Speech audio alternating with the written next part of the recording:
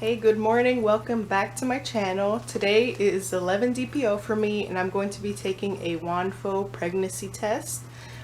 Surprisingly, AF has still not shown up. This cycle, I thought I was going to get AF super early because at 9 DPO, I had bloody CM in the morning, but it continued to just disappear throughout the day. But yesterday at 10 DPO, I woke up with a lot more red blood when I wiped. But the same thing happened throughout the day. It just started turning into spotting and nothing much after that. The cramping went away and everything. And today, same thing. I have some spotting, but AF has not shown up yet, and the cramps have went away as well. So right now, I'm still going to continue testing until full AF does show. As you can see on my fertility app, AF is going to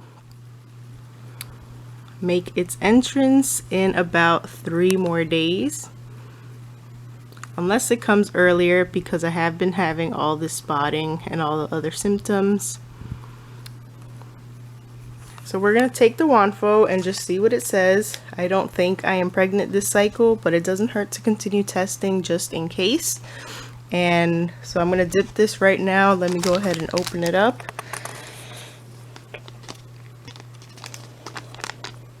The WANFOs supposedly are sensitive, almost as sensitive as first response.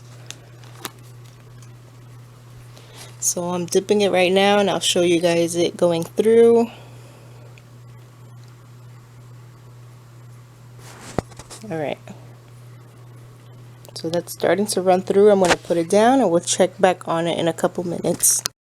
Alright, the test should be ready. WANFOs, you have to wait for about 5 minutes before looking at the results. I think it's been close to that amount, so I'm going to check the test. I haven't looked at it yet, so I'll be looking at it with you guys, and then I'll try to take a closer look my own self and see if I see anything.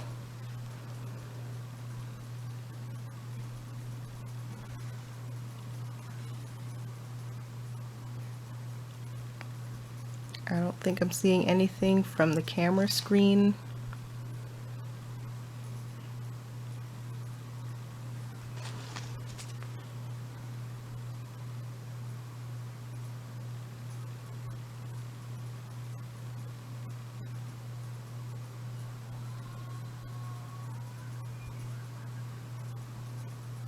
Alright, so I'm going to take a closer look.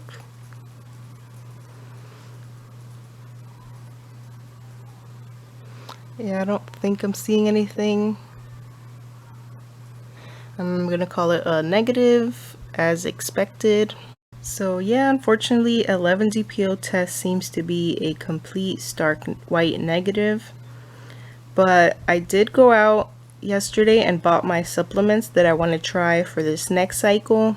I bought the zinc, I bought vitamin C to take, I already had magnesium, and I've actually found a bottle of Vitex that I had bought a while ago that actually has the chaseberry in it, and I completely forgot I had that. So I added that to my daily regimen, and I'm going to try all of those. I couldn't find just plain vitamin B6, but I did find a supplement that had vitamin B6 in it and B12 and a couple other B vitamins. So I'm taking one of those every single day.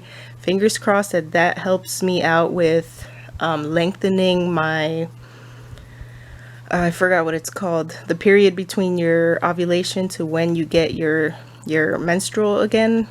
Right now I've been experiencing spotting before my periods, which means that I could have low progesterone, or sometimes I randomly get my period early. So hopefully these supplements help out with raising my progesterone and lowering my estrogen levels during that time of the month. So fingers crossed for October.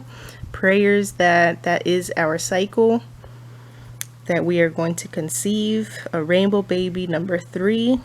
If you are new to my channel, I got a tubal ligation after my daughter was born, and she just turned 8 years old. So I got a tubal ligation 8 years ago, and then 5 years after that tubal ligation, I actually fell pregnant again somehow. Nobody knows how it happened or what went wrong with my tubal ligation. So all this happened about 3 years ago.